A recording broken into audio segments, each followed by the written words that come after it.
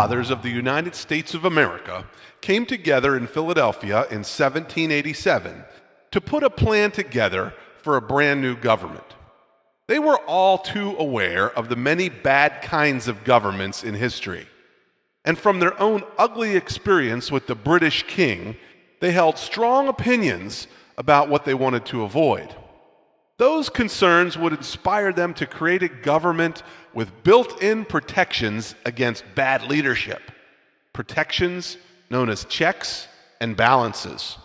My name is Dr. Rick Gardiner from Columbus State University, and this is a Muscogee County School District podcast, the United States Constitution.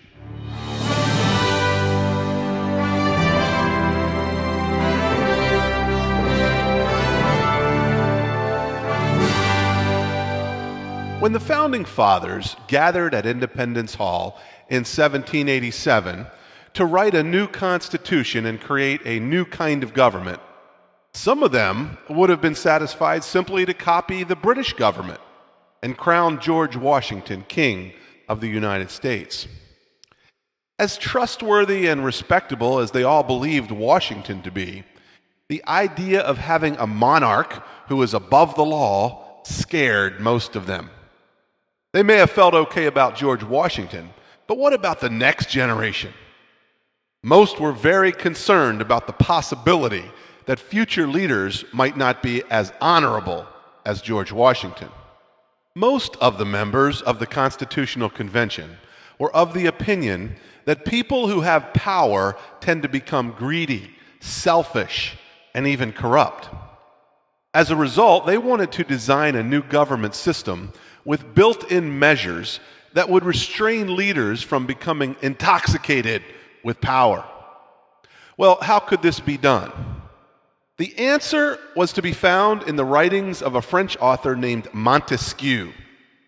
Borrowing from early writers such as an ancient Greek named Polybius and from Christian theologians such as John Calvin, Montesquieu believed that the way to prevent corruption in government was to divide the leaders of government into separate groups and then to separate the power of government between these groups.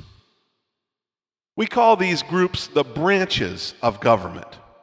Montesquieu advocated three branches of government. The legislative branch would be the group that has the power of making the rules and the laws for the nation. The executive branch would be the group that has the power of enforcing the laws. And the judicial branch would be the group that has the power of interpreting and applying the laws in the courts. The writers of the U.S. Constitution were big fans of Montesquieu, so they made his scheme the foundation of the outline for the new U.S. government. These three branches of the federal government are usually referred to by their common names. The legislative branch is called the Congress. The executive branch is called the presidency.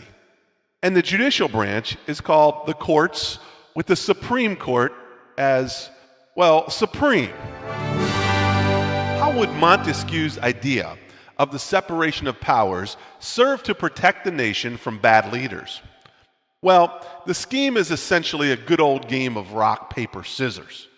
Each of the branches has a unique privilege of correcting, restraining, or trumping the activity of the other branches. These are known as checks and balances. For example, in the U.S. Constitution, the separation of powers works like this. If the head of the executive branch of the United States, that is the president, becomes corrupt, the legislative branch can get rid of him. That's called impeachment. On the other hand, if the executive leader doesn't agree with a law that the legislative branch has made, he can reject it. That's called a veto. Now, the judicial branch can also reject any law that the legislative branch makes by declaring it unconstitutional. The same goes for any action the executive takes. But the judicial leaders are also liable to be impeached by the legislative branch. And the executive leader has the privilege of choosing who gets to be a judicial leader. but only with the consent of the legislative branch. You see, it is a big game of rock, paper, scissors. The three branches of government are set in balance so that if any one of them goes off track, the other two are there to correct them. And we know that this scheme is rather brilliant and effective. Why? Because, with a few exceptions, the scheme has worked for hundreds of years. When we remember that the Constitution also divides powers between the state and federal governments, we see that the genius of the U.S. Constitution is making sure that powers are spread out broadly among government leaders, and that each have a power to restrain the others. Separation of powers provides checks and balances that serve to make sure that our government leaders are prevented from behaving in a way that is detrimental to the nation. And in my opinion, this was and is an excellent idea.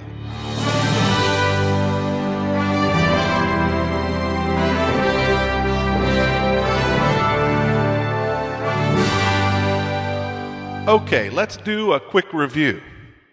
The writers of the Constitution believed that the best way to prevent leaders from abusing their power was to divide the powers of government between three groups or branches and between state and federal governments. This idea is called the separation of powers. The branches of government, both at the state and federal level, are divided three ways.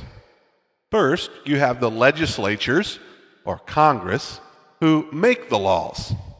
Then, the executive, or president, or governor at the state level, who enforces the laws. Then finally, the judicial, or the courts, who interpret and apply the laws. Each of the branches has unique powers that serve to balance the powers among the branches and to provide corrections or checks in the event that the other branches are off track. Just remember this: it's a big game of rock, paper, scissors. In the next section, we'll look at the argument in Philadelphia that nearly caused the members of the convention to quit and go home. The question of distributing power between larger states and smaller states. My name is Dr. Rick Gardiner from Columbus State University, and this has been a Muscogee County School District podcast. The U.S. Constitution.